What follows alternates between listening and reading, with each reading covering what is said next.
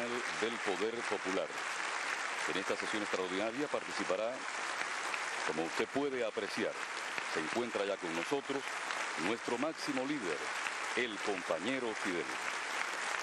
El comandante en jefe analizará con los diputados al Parlamento cubano diversos temas de interés de la situación internacional.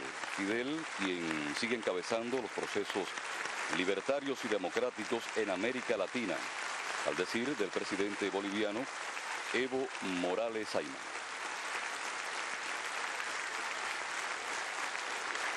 Presente la representación. Aquí está Fidel con nosotros. Vamos a comenzar.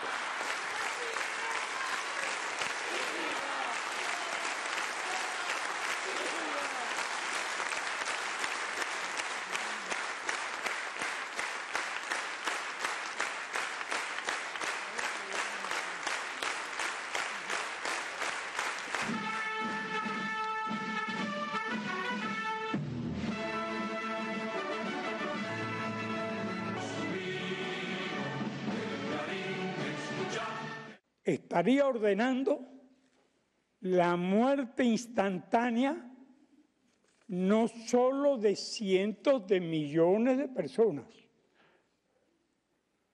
entre ellas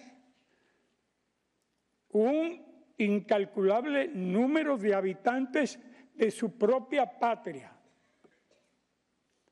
sino también de los tripulantes de todos los navíos de la flota de Estados Unidos en los mares en torno a Irán.